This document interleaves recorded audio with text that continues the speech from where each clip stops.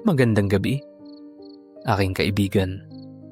Halika't mamahinga, huminga ka ng malalim, at hayaan mong ang bigat ng araw ay dahan-dahang maglaho mula sa iyong mga balikat. Dadalhin kita ngayong gabi sa isang maliit na baryong tigang sa ilalim ng araw, kung saan may isang pilyong binata na nakatuklas ng isang kapangyarihang mas matanda pa sa panahon, isang lihim na kayang ibigay ang lahat, subalit may kapalit na hindi niya kailanman inasahan. Kaya't ipikit mo na ang iyong mga mata, damhin ang kapayapaan ng silid, at hayaan mong ang daloy ng aking salaysay ang maghatid sa iyo sa mahimbing na panaginip. Sa isang sulok ng San Lazaro, kung saan ang araw ay tila isang nagbabagang ginto na walang awang ibinubuhos ang kanyang init, ang buhay ay mabagal, halos tumitigil sa pag-inog tuwing katanghalian. Ang lupa ay bitak-bitak na tila isang mapa ng kalungkutan, at ang alikabok, pinung-pino at maputla, ay sumasayaw sa bawat ihip ng mainit na hangin, dumadapo sa mga naninilaw na dahon ng mga puno at sa mga bubong na yero ng mga bahay. Sa plaza, ang tanging matatag na nakatayo sa gitna ng lahat ay isang matandang puno ng akasya. Ang mga sanga nito'y tila mga bisig na pagod nang nakabukas, nag-aalok ng kaunting lilim sa sino mang maglalakas loob na suungin ang nakapapasong liwanag. Dito sa ilalim ng punong iyon, madalas matagpuan si Juan Osong, isang binatilyong payat ang katawan, may mga matang tila laging may binabalak, at may ngiting laging may kasamang pilyong kahulugan, habang ang ibang mga kabinataan ay nagpapawis sa bukid o nagbubuhat ng mga sako ng bigas sa palengke. Si Juan ay may sariling pilosopiya. Bakit ka magpapakapagod kung may paraan namang umisip? Para sa kanya, ang talino ay hindi para sa paglutas ng mga mahihirap na tanong sa libro, kundi para sa paglutas ng pinakamahirap na tanong sa buhay, kung paano mabubuhay ng hindi nagbabanat ng buto. Isang hapon, habang prente siyang nakasandal sa puno ng akasya at pinagmamasdan ang mga langgam na masipag na naghahakot ng pagkain, narinig niya ang boses na kinatatakutan niya sa lahat, ang boses ni Aling Sela, ang may-ari ng tanging tindahan sa kanilang baryo. Juan Hoy, Juan Osong, huwag mo akong tinataguan dyan. Yung utang mo sa sukat, toyo. Kailan mo balak bayaran? Napapikit si Juan. Hay nako, heto na naman. Sa bilis ng kanyang pag-iisip, na mas mabilis pa sa kanyang mga paa, agad siyang tumayo at nagkunwaring hindi narinig ang matinis na sigaw. Palihim siyang lumakad papalayo sa likuran ng simbahan, isang lugar na bihira ng daanan ng mga tao dahil sa mga kwento ng mga matatanda tungkol sa mga ligaw na kaluluwa. Ang daan ay makitid at natatakpan ng matataas na damo, at ang hangin ay tila mas malamig dito. May dalang amoy ng lumot at basang lupa. Habang maingat siyang humahakbang, para siyang isang pusang umiiwas sa ingay, napansin niya ang isang bagay na kakaiba sa paanan ng isang malaking puno ng balete, na ang mga ugat ay tila mga ahas na gumagapang sa ibabaw ng lupa. May isang bagay na nakasiksik. Hindi ito bato, hindi rin ito sanga. Kakaiba ang hugis nito, parihaba at nababalutan ng isang bagay na makintab at maitim dahil sa kanyang likas na pagkausyoso. Nilapitan niya ito. Maingat niyang hinawi ang mga damo at baging na nakapalibot dito. Isang libro. Iyon ay isang libro na ang pabalat ay yari sa katad na animoy balat ng ahas, makinis at malamig sa kanyang paghipo. Walang pamagat, walang anumang nakasulat sa labas, maliban sa isang kakaibang kawit na nagsisilbing kandado nito. Hugis kuko ng isang agila. Nagdalawang isip si Juan. Sino ang mag-iiwan ng ganito kagandang libro sa isang lugar na halos nakalimutan na ng lahat? Ngunit ang tukso ay mas malakas kaysa sa kanyang pag-aalinlangan. Gamit ang dulo ng kanyang daliri, maingat niyang kinalas ang kawit. Bumukas ito ng walang kahirap-hirap at isang amoy ang kumalat sa hangin, amoy ng mga lumang papel, ng alikabok, at ng isang bagay na hindi niya mawari. Isang bagay na tila matamis ngunit may pahiwatig ng panganib. Dahan-dahan niyang binuklat ang unang pahina. Ang mga letra ay tila isinulat gamit ang gintong tinta. Kumikinang ng bahagya sa sinag ng araw na sumisilip sa mga dahon. Hindi ito ordinaryong kwento. Ang pamagat sa unang pahina ay nakasulat sa paraang paikot at masalimuot. Ang lihim upang makakain nang hindi nagbabayad. Napakunot ang noo ni Juan. Ano to?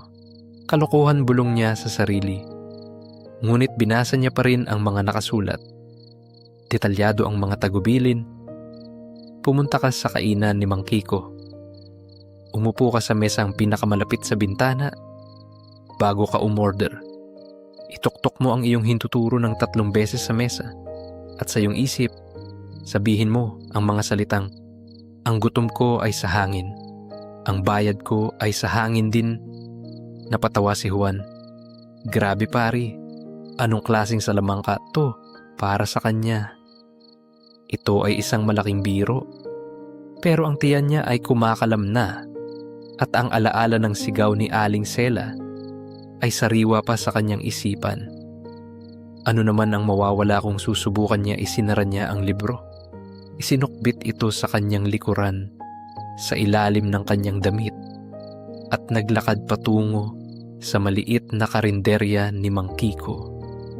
Si Mang Kiko ay isang matandang lalaki na laging salubong ang kilay, na para bang paisan niya ang lahat ng problema sa mundo.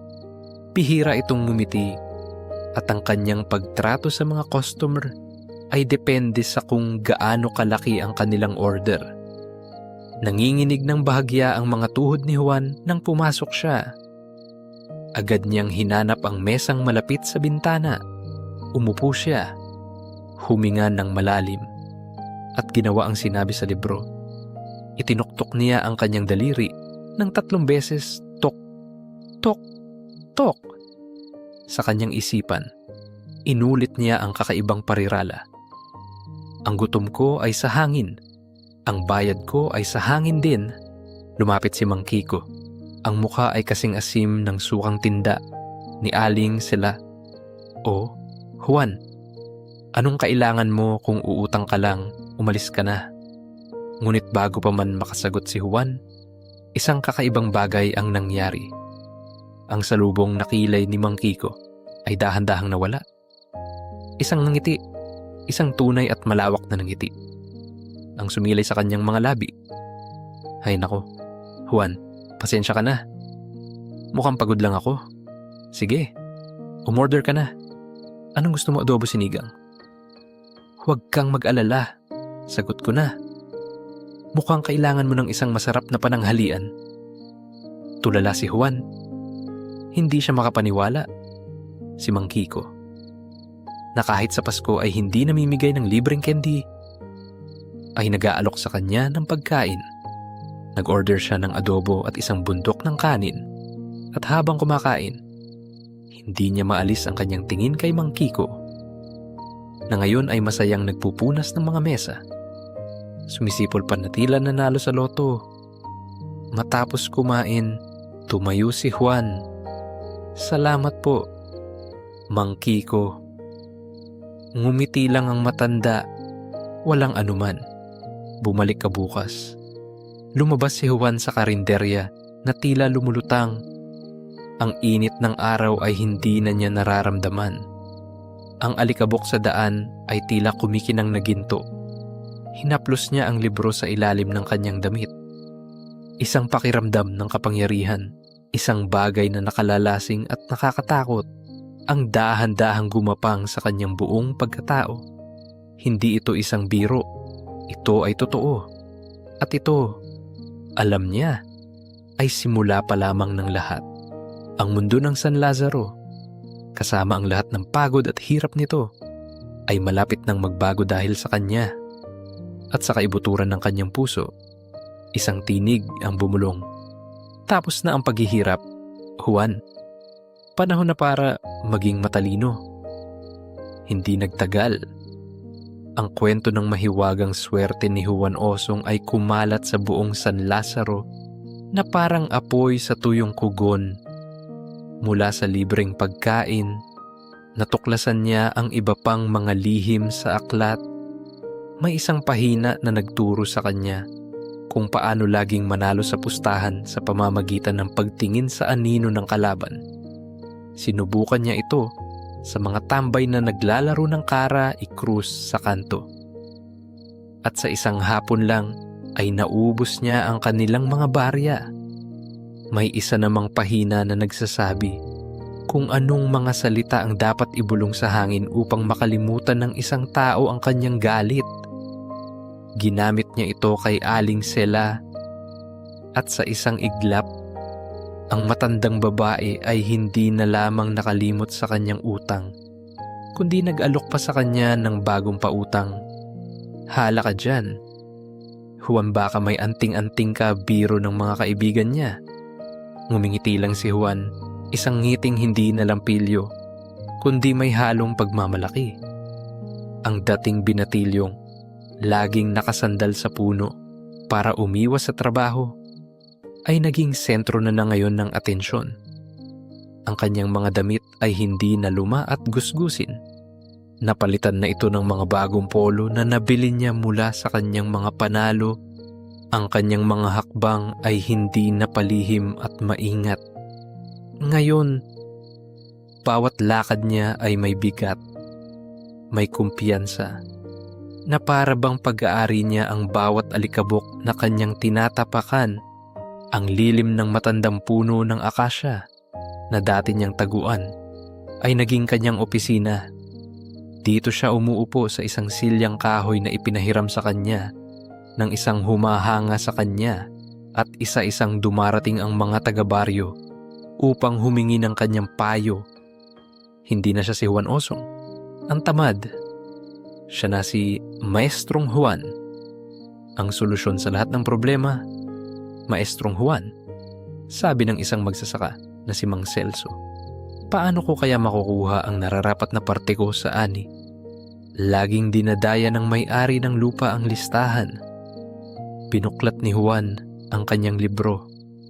Nagkunwaring nag-iisip ng malalim at bumulong ng isang lihim isang paraan upang manipulahin ang timbangan gamit ang isang maliit na bato na may kakaibang hugis. Maestrong Juan, hinaing naman ng isang babae na si Aling Puring. Ang hipag ko. Grabe pare, ang daldal inimbento niya na nanguutang daw ako sa lahat. Paano ako makakaganti? Isang ngisi ang gumuhit sa labi ni Juan. May itinuro siyang isang kakaibang halaman na kapag palihim na inilagay sa inumin ay magdudulot ng walang tigil na pagbahing sa loob ng isang araw. Sunod-sunod ang mga tao. May gustong manalo sa sabong. May gustong mapaamo ang kanyang biyenan. May gustong makalusot sa maliit na buwis sa palengke. At sa bawat problema, may solusyon si Juan, isang mabilis, tuso, at madaling paraan mula sa kanyang aklat. Bilang kabayaran, tumatanggap siya ng kung ano-ano, isang manok, isang basket ng gulay, ilang barya, o kahit simpleng papuri na nagpataba lalo sa kanyang puso. Naging Diyos siya sa sarili niyang maliit na mundo. Kumbinsido na ang talinong ito ay nagmula sa kanyang sariling isipan. At ang aklat ay isa lamang kasangkapan, isang hapon, habang abala siya sa pagbibigay ng payo sa isang binatang gustong manligaw, dumaan si Lolo Tulio, ang pinakamatandang karpintero sa baryo. Si Lolo Tulio ay isang tahimik na tao, kilala sa kanyang mga kamay Nasanay na sa paglililok ng kahoy at sa kanyang mga matang nakakakita ng higit pa sa nakikita ng iba. Hindi siya sumali sa pulutong ng mga tao sa paligid ni Juan. Sa halip, huminto siya sa di kalayuan at ipinagpatuloy ang kanyang paglililok sa isang maliit na piraso ng kahoy. Habang paalis na ang huling kliyente ni Juan at nagsisimula na siyang bilangin ang kanyang mga kinita, nagsalita si Lolo Tulio nang hindi man lang tumitingin sa kanya. Ang boses nito ay mahina, ngunit malinaw, tila tunog ng kahoy na hinihiwa Juan. Napatigil si Juan. Ano po iyon? Lolo Tulio tanong niya. May kaunting pagkayamot sa tono. Napakarami mong natutulungan, sabi ng matanda. Ang mga mata ay nakatuon pa rin sa kahoy na hugis ibon na kanyang ginagawa. Napakarami mong napapasaya sa iyong talino. Ngumiti si Juan nang may pagmamalaki. Kasi naman, Lolo, kailangang maging praktikal sa buhay. Dahan-dahang itinaas ni Lolo Tulio ang kanyang tingin. Ang mga mata niya ay malalim at kalmado. Walang bahid ng paghanga o paghusga. Isang tanong lang, Iho, sabi niya. Para saan nga ba talaga ang talinong iyan na ipinagmamalaki mo? Natigilan si Juan. Isang simpleng tanong. Ngunit tila isang malaking batong bumara sa kanyang lalamunan. Para umasenso. Mabilis niyang sagot. Para hindi na maghihirap. Para tulungan ang mga tao sa kanilang mga problema. Tumango lang ang matanda at ibinalik ang kanyang tingin sa kanyang nilililok. Ganoon ba?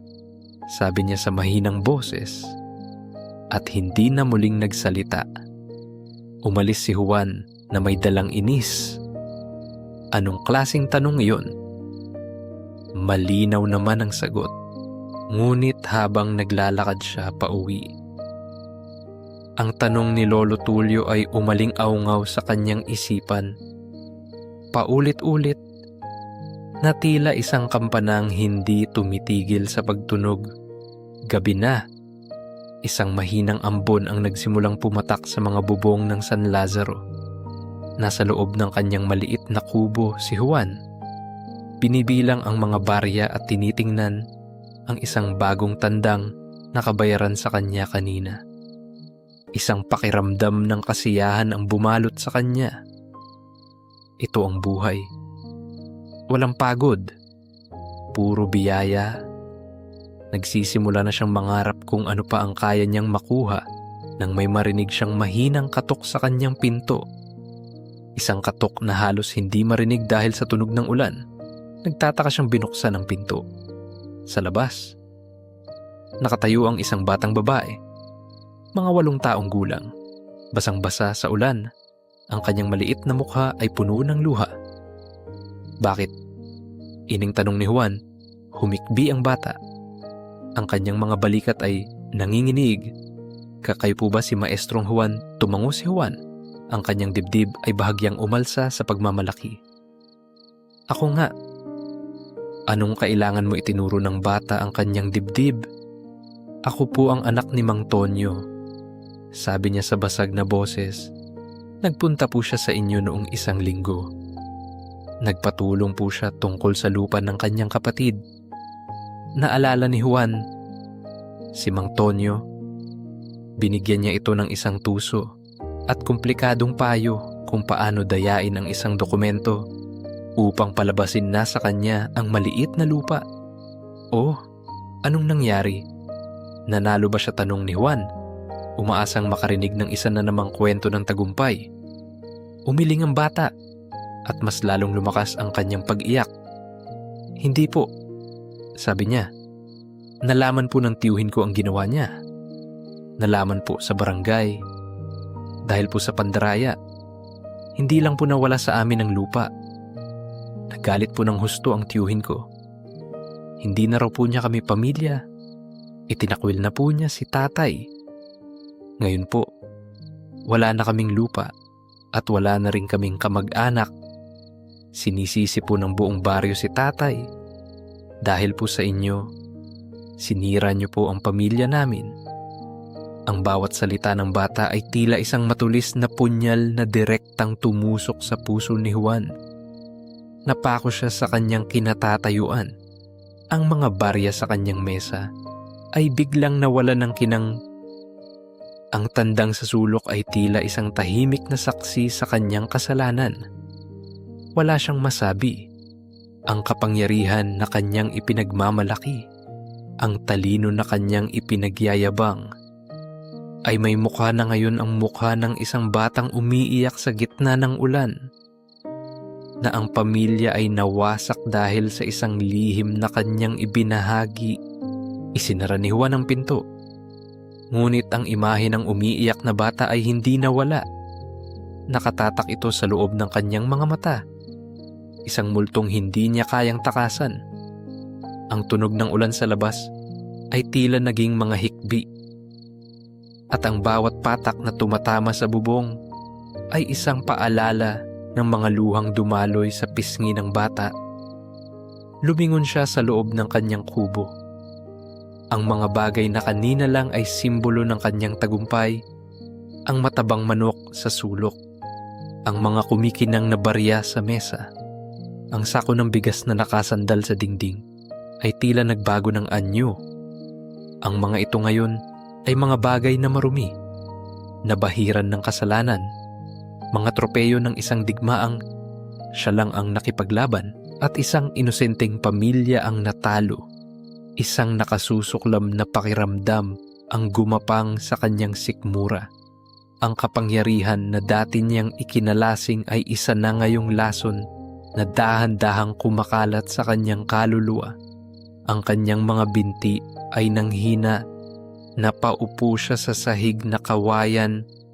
Ang kanyang likod ay sumandal sa malamig na dingding. Ang bawat paghinga niya ay mabigat, na para bang ang hangin sa loob ng kubo ay napuno ng bigat ng kanyang pagsisisi. Ang kanyang mga mata ay napako sa isang bagay na nakapatong sa kanyang maliit na mesa, ang aklat, ang makinis. Animoy balat ng ahas na pabalat nito ay tila kumikinang sa liwanag ng gasera. Nang aakit at nanunuya, iyon ang salarin, iyon ang ugat ng lahat. Isang bigla ang galit, mas matindi pa sa anumang naramdaman niya, ang bumugso sa kanyang dibdib. Galit hindi sa sarili, kundi sa piraso ng katad at papel na iyon. Tumayo siya. Ang kanyang mga kamay ay nanginginig sa puot. Sinunggaban niya ang aklat. Ang dating pakiramdam ng paghanga ay napalitan ng pagnanais na wasakin ito. Sunugin, itapon sa ilog upang hindi na muling makapinsala. Mahigpit ang kanyang pagkakahawak dito at binuklat niya ito ng may puwersa na para bang gusto niyang punitin ang bawat pahina. Ang kanyang mga mata ay mabilis na tumakbo sa mga nakasulat. Naroon ang lihim sa libreng pagkain at sa kanyang isipan ay nakita niya ang peking ng ngiti ni Mang Kiko. Naroon ang lihim sa panalo sa pustahan at nakita niya ang galit sa mukha ng mga natalo niyang kalaro. Naroon ang lihim sa pagmamanipula ng timbangan at nakita niya ang kinang ng kasakiman sa mata ni Mang Celso. At sa wakas, naroon ang pahina na nagturo ng pandaraya sa dokumento. Hindi na letra ang kanyang nakita, kundi ang desperadong mukha ni Mang Tonyo. At pagkatapos, ang umiiyak na mukha ng kanyang anak. Hayop kasigaw niya sa aklat. Ang kanyang boses ay basag at puno ng pait. Pinalis niya ang mga luha sa kanyang mga mata at mabilis na binuklat ang mga susunod na pahina. Hinahanap ang katapusan ng masasamang kaalaman na ito. Ngunit pagkatapos ng pahina tungkol sa pandaraya, isang bagay na hindi niya inaasahan ang kanyang natagpuan. Isang pahinang blangko, walang sulat, walang guhit, walang kahit anong marka. Isa itong perpektong puting espasyo na tila humihigop sa liwanag at sa lahat ng tunog sa silid Napakunot ang kanyang noo. Tapos nabulong niya. Wala nang mga lihim. Tinitigan niya ang blangkong pahina. Ang kanyang galit ay dahan-dahang napalitan ng pagtataka. At habang nakatitig siya, isang bagay na katakataka ang nagsimulang mangyari. Ang puting papel ay nagsimulang kumislap na parang tubig na sininagan ng buwan. Dahan-dahan, isang imahe ang nabuo sa gitna nito. Malabo sa simula, ngunit unti-unting lumilinaw na parang isang litratong inilubog sa kemikal. Isang mukha, at sa kanyang kilabot, napagtanto niyang iyon ang kanyang mukha. Ngunit iba, ito ay isang bersyon niya na mas matanda, mas maputla, at pagod na pagod. Ang mga mata ay malalim at walang buhay, puno ng isang kalungkutan na hindi masukat. Ang kanyang pilyong ngiti ay wala na. Ang nakaguhit sa kanyang mga labi ay isang linya ng walang katapusang panghihinayang. Ang kanyang mga balikat ay hukot na para bang pasan niya ang isang pabigat na hindi nakikita. Ito ang mukha ng isang taong ginugol ang kanyang buhay sa panlalamang at natuklasan sa huli na siya mismo ang kanyang pinakamalaking niloko. Ito ang multo ng kanyang kinabukasan. Napaatras si Juan, nabitawan niya ang aklat. Bumagsak ito sa sahig, nakabukas pa rin sa pahina kung saan naroon ang kanyang larawan. At pagkatapos, isang tinig ang umalingaw-ngaw. Hindi ito nagmula sa labas, hindi rin sa loob ng silid. Ito ay nagmula sa kaibuturan ng kanyang isipan. Isang tinig na matanda, malalim at makapangyarihan, na tila boses mismo ng panahon. Ano ang iyong natutunan, tanong ng tinig? Hindi makasagot si Juan. Ang kanyang lalamunan ay tuyo. Ang kanyang puso ay kumakabog ng napakabilis na parang gusto nitong kumawala sa kanyang dibdib. Ngunit sa kanyang isipan, ang sagot ay isang rumaragasang baha. Natutunan niya na ang bawat tusong galaw ay may aninong sumusunod. Natutunan niya na ang talino na ginagamit para manakit ay parang espadang walang hawakan. Sinusugatan din nito ang humahawak. Natutunan niya na ang pinakamabigat na pasanin ay hindi ang kahirapan, kundi ang kasalanang dinadala sa konsensya. Nagbago ang imahe sa aklat. Nakita niya ang isang eksena na sanay nangyari ang pamilya ni Mang Tonyo na masayang nagsasalo-salo, buo at walang alitan. Ngunit mabilis itong naglaho at bumalik sa malungkot na mukha ng kanyang matandang sarili. At muling nagsalita ang tinig, mas mabigat at mas makahulugan. Ano ang isusulat mo sa mga natitirang pahina? Sa gitna ng kanyang takot, pinilit ni Juan na tingnan ang aklat at doon niya nakita, sa likod ng blangkong pahina kung saan nagpakita ang kanyang mukha, lahat ng natitirang pahina ng aklat daan-daan sa kanila ay blangko rin. Walang sulat, naghihintay. Ang aklat ng mga lihim ay hindi pala tapos. Ito ay naghihintay sa kanya na dugtungan ito. Ang pagkatantong iyon ay tumama sa kanya na parang kidlat. Ang aklat ay hindi isang regalo. Hindi rin ito isang sumpa. Ito ay isang tanong, isang pagsubok, isang pagpili.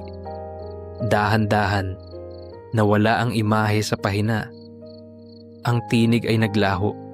Ang natira na lamang ay ang katahimikan ng gabi, ang aklat na nakabukas sa sahig, at si Juan Osong nakaluhod.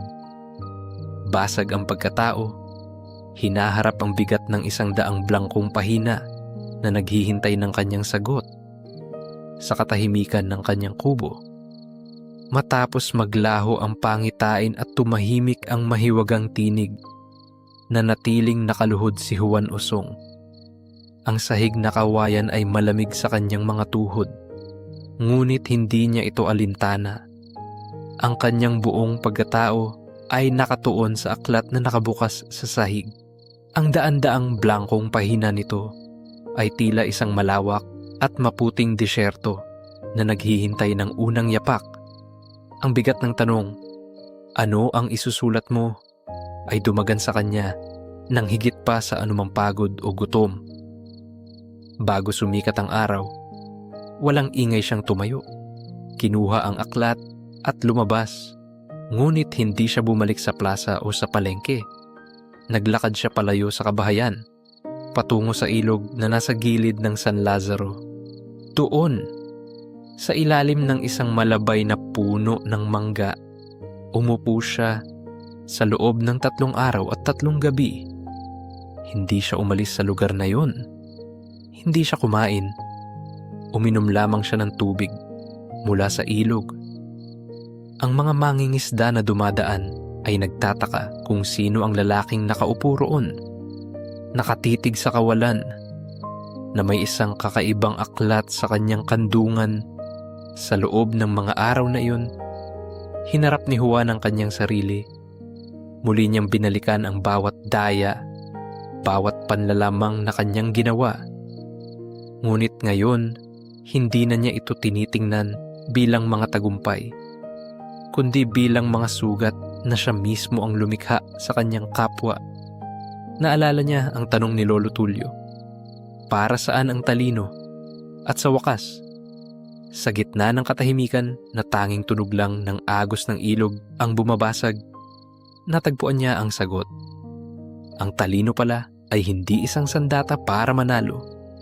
Ito ay isang ilaw, at ang ilaw, na pagtanto niya, ay walang silbi kung itatago mo lang para sa iyong sarili.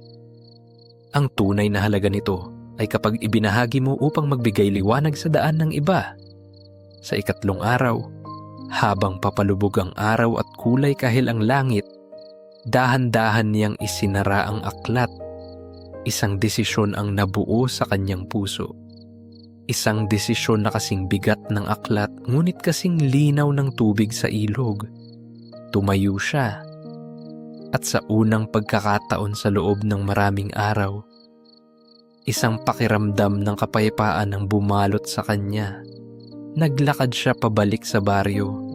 Pagbalik niya sa San Lazaro, napansin agad ng mga tao ang kanyang pagbabago. Mas payat siya, at ang balat niya ay bahagyang umitim dahil sa araw. Ngunit ang pinakamalaking pagbabago ay nasa kanyang mga mata. Wala na ang pilyong kislap. Wala na ang pagmamayabang. Ang naroon ay isang kalmadong lalim, isang kapayapaan na hindi pa nila nakikita sa kanya kailanman. May mga lumapit sa kanya, ang kanyang mga dating kliyente, na sabik sa mga bagong daya. Maestrong Juan, butit nakabalik ka. May problema ako sa aking manugang, sabi ng isa. Ngunit tiningnan lang sila ni Juan, isang tingin na may halong lungkot at pangunawa, at tahimik na nagpatuloy sa paglakad. Nagtaka ang mga tao. Ano ang nangyari sa kanya? Nagdiretso siya sa kanyang kubo. Kinuha niya ang aklat at isang piraso ng matibay na lubid na abaka. Maingat at may buong paggalang, tinalian niya ang aklat. Bawat ikot ng lubid ay isang pangako. Isinara niya hindi lamang ang pabalat, kundi ang isang kabanata ng kanyang buhay.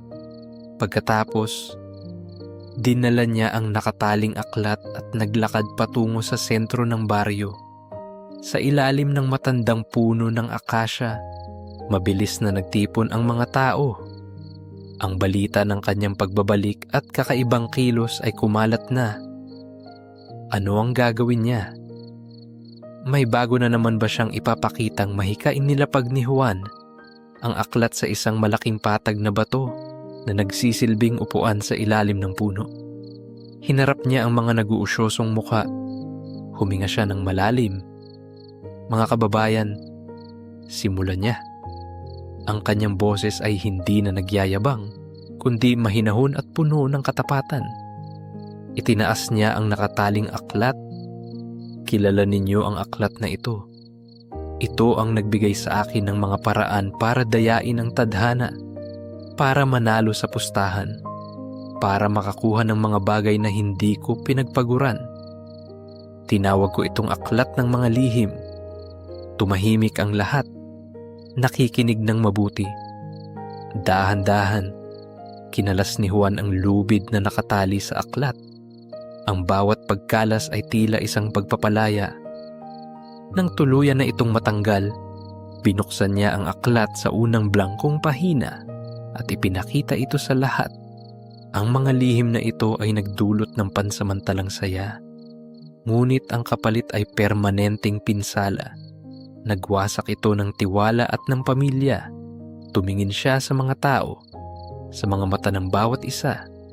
Ngayon, tapos na yon.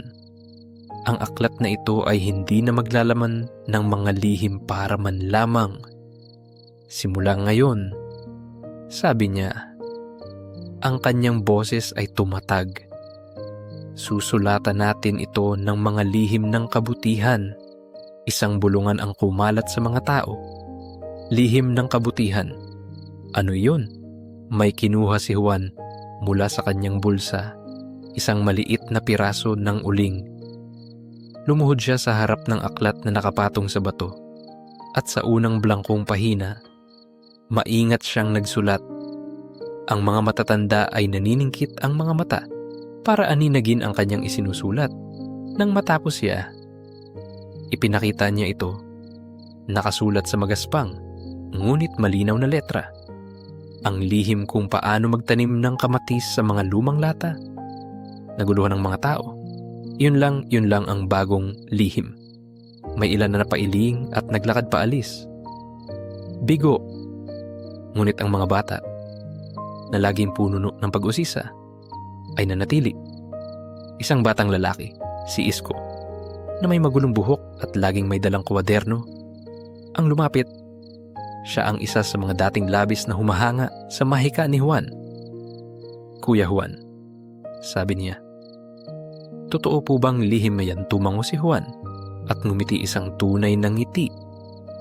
Ang una sa loob ng mahabang panahon.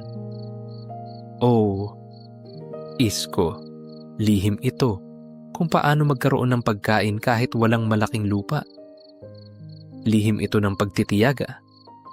Tumingin si Isko sa blangkong bahagi ng pahina. At pagkatapos ay sa mukha ni Juan, Pwede rin po ba kaming magsulat ng lihim nagliwanag ang mukha ni Juan? Ito ang kanyang hinihintay. Inabot niya ang piraso ng uling kay Isko. Oo naman, lahat tayo ay pwedeng magsulat.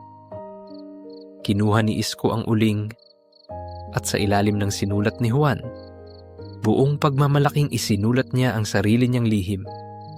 Ang lihim kung paano magsabi ng totoo kahit nakakatakot.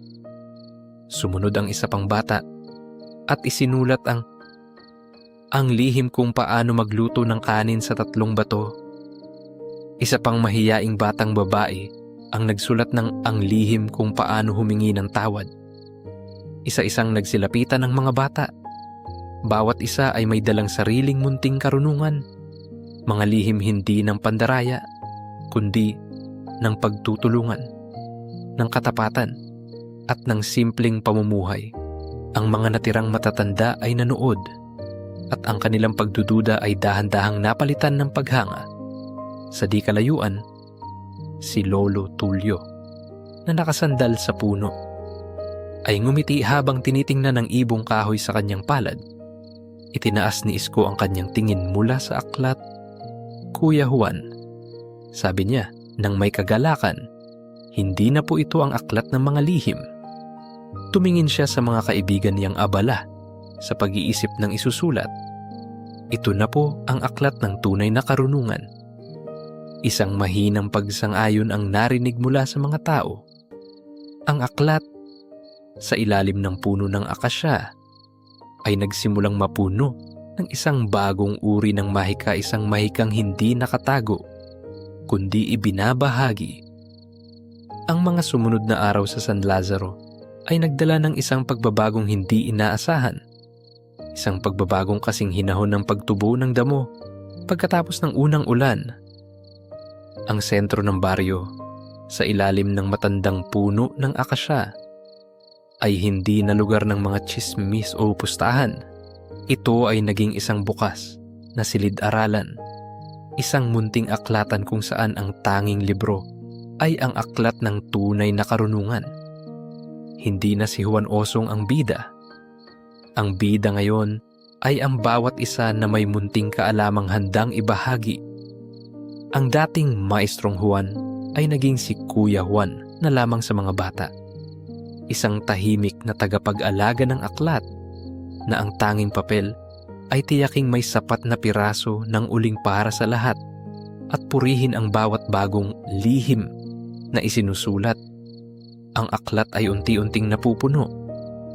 Ang mga pahina nito na dating naglalaman ng mga tusong paraan para man lamang ay naging isang makulay na talaan ng buhay sa baryo. Isang mangingisda ang nagsulat ng ang lihim kung kailan maraming mahuhuling isda sa ilog kapag bilog ang buwan. Isang matandang babae ang nagbahagi ng ang lihim ng paggawa ng gamot sa ubo mula sa dahon ng oregano. Maging ang mga bata ay may sariling ambag. Ang lihim ng paggawa ng pinakamatibay na saranggola at ang lihim kung paano manalo sa tumbang preso nang hindi nandadaya. Isang hapon, habang abala ang mga bata sa pagguhit sa tabi ng kanilang mga isinulat, dumating si Mang Celso, ang magsasakang dating tinuruan ni Juan na mandaya sa timbangan. Dala niya ang isang bayong ng bagong pitas na mais. Hindi siya nagsalita.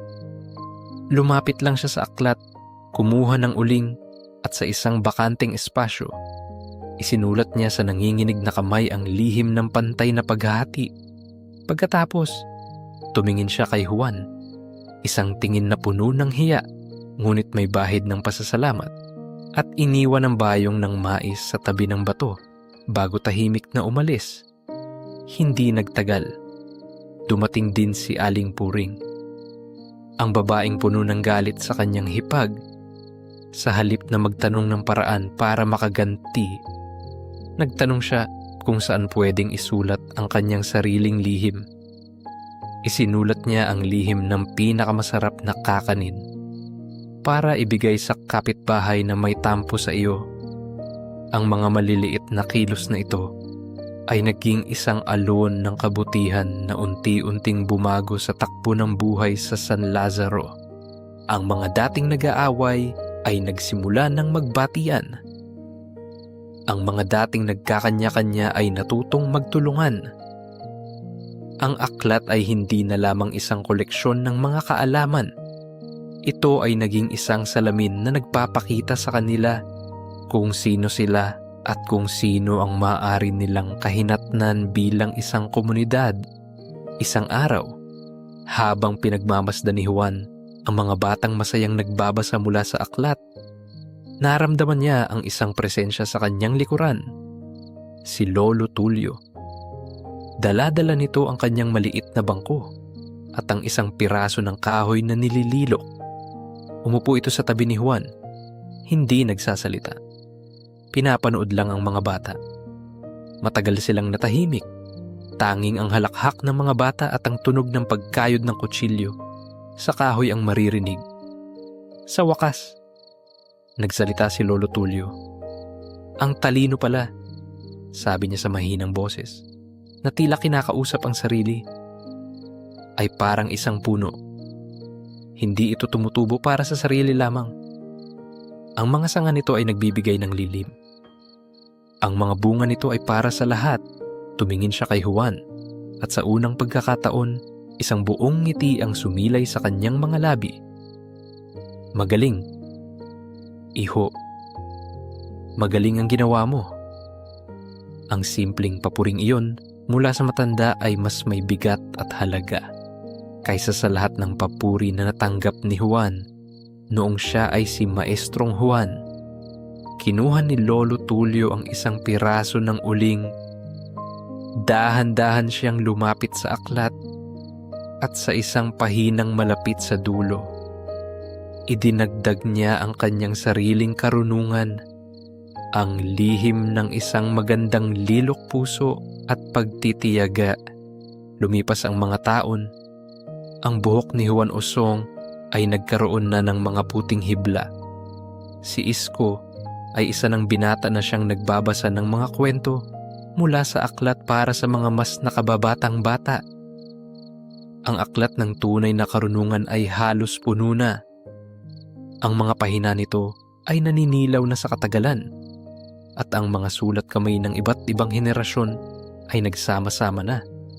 Isang testamento sa isang bayang natutong angkinin ang sarili nitong talino. Isang gabi, habang ang lahat ay natutulog na, dinala ni Juan ang aklat sa kanyang kubo. Pinuklat niya ito hanggang sa pinakahuling pahina. Isa na lang ang natitirang blangko. Alam niyang panahon na para isara ang aklat, hindi sa pamamagitan ng lubid, kundi sa pamamagitan ng isang huling karunungan. Kinuha niya ang uling. Ano ang isusulat niya? Ano ang pinakamahalagang aral na natutunan niya sa kanyang paglalakbay mula sa pagiging tuso tungo sa pagiging totoo? Naalala niya ang lahat ng kislap ng kapangyarihan, ang sakit ng pagsisisi, ang katahimikan ng pagpapatawad, at ang kagalakan ng pagbabahagi. At sa huling blangkong pahina, sa ilalim ng liwanag ng gasera na nagpapaalala sa kanya ng ilaw na kanyang hinanap, isinulat niya ang huling lihim, ang pinakamahalaga sa lahat. Hindi lahat ng lihim ay dapat itago. Ang ilan ay kailangang ibahagi upang ang karunungan ay maging ilaw at hindi anino. Isinara niya ang aklat. Sa pagkakataong ito, isang pakiramdam ng kabuuan ng kanyang naramdaman. Ang aklat ay kumpleto na. Kinabukasan, sa ilalim ng matandang puno ng akasya, habang ang ginintuang sinag ng umaga ay sumisilip sa mga dahon, binasa ni Juan ang huling pahina para sa lahat. Ang mga bata ay nakikinig. Ang kanilang mga mata ay kumikinang sa pag-unawa. Ang mga matatanda ay tumatango. Ang kanilang mga puso ay puno ng kapayapaan. Si Juan Osong, ang dating pilyo, ay hindi na ang nag-iisang may hawak ng kaalaman. Isa na lamang siya sa maraming ilaw na nagsasama-sama para bigyang liwanag ang kanilang munting bayan ng San Lazaro. Isang paalala na ang tunay na mahika ay hindi matatagpuan sa mga nakatagong aklat, kundi sa mga bukas na pusong handang matuto at magbahagi. At doon, sa ilalim ng puno ng akasya, ang aklat ng tunay na karunungan ay nanatili. Isang tahimik na bantayog sa isang bayang natutong piliin ang liwanag. Lumipas pa ang maraming taon at ang mga pahina nito'y naging marupok na sa paghipo ng panahon. Ang mga sulat ay bahagyang kumupas. Ngunit ang diwa nito'y lalong tumingkad sa puso ng bawat taga San Lazaro, si Juan Osong, na ngayoy isa ng matandang may buhok na sinlambot ng bulak at mga matang sinlinaw ng tubig batis, ay madalas nang nakaupo sa kanyang tumba-tumba. Pinagmamasdan ang mga batang naglalaro sa plaza. Hindi na niya kailangang magbasa mula sa aklat. Ang bawat salita nito ay nakaukit na sa kanyang kaluluwa. Ang kanyang dangiti ay payapa. Isang ngiting walang bahid ng pilyong panlalamang o bigat ng pagsisisi, isang mangiting nagmula sa isang pusong nakahanap ng kapayapaan. Isang dapit hapon, habang ang langit ay nag-aapoy sa kulay kahil at lila, tinawag niya ang isang maliit na batang babae, ang apo sa tuhod ni Isko. Inabutan niya ito ng isang maliit na ibong kahoy, ang huling nililok ni Lolo Tulio bago ito pumanaw. Ang bawat isa sa atin, bulong niya sa bata, ay may sariling aklat na sinusulatan araw-araw. Punuin mo ang sayo ng kabutihan. Iyon ang kanyang mga huling salita. Sa gabing iyon, sa kanyang mahimbing na pagtulog, si Juan Osong ay tahimik na naglakbay, hindi sa isang lugar ng mga anino, kundi patungo sa isang walang hanggang liwanag. Baon ang kasiyahang ang kanyang buhay ay naging isang kwentong may magandang wakas. At dito nagtatapos ang ating salaysay, kaibigan. Maraming salamat sa iyong pakikinig at sa pagsama sa paglalakbay na ito. Naway ang kwento ni Juan ay mag-iwan sa iyong puso ng isang munting ilaw. Isang paalala na ang pinakadakilang karunungan ay yaong ibinabahagi ng may pagmamahal. Marami pa tayong pagsasamahang mga kwento at panaginip. Hanggang sa muli, at isang mapayapa at mahimbing na gabi sa iyo.